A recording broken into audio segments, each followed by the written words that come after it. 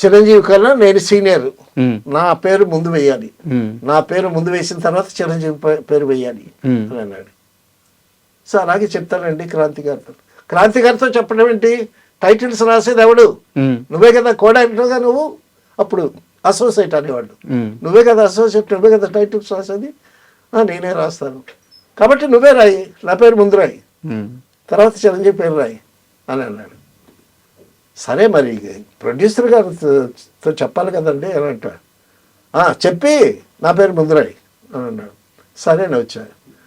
ఏంటంటే ఎందుకు పిలిచాడు నిన్ను అంటున్నాడు ఈయన. సో విషయం చెప్పాడు. ఏంటి డబ్బులు ఖర్చు పెట్టి సినిమా అంతా తీసి వాడి ఇష్టం వచ్చినట్టు టైటిల్స్ రాస్తాము మేము అంటాడు ఈయన క్రాంతి గారు. ఆయనకి కోపం ఎక్కువే. ఆయనకి కోపము బీపీ ఎప్పుడు కళ్ళు ఎర్రగా చింతనిప్పులా ఉంటాయి.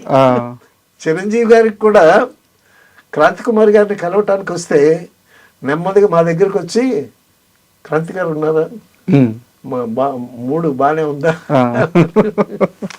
ఓకే. అంటే చిరంజీవి గారిని చాలా ప్రేమగా అభిమానంగా చూసేవాడు క్రాంతి కుమార్, నో డౌట్. సరే ఏంటంటే లేదండి ఇలాగ తన పేరు, నేను సీనియర్ని చిరంజీవి కన్నా, నా పేరు ముందు వేయాలి అని అన్నాడు. నువ్వేం చెప్పావు? నేనేం చెప్తానండి, ఆ విషయం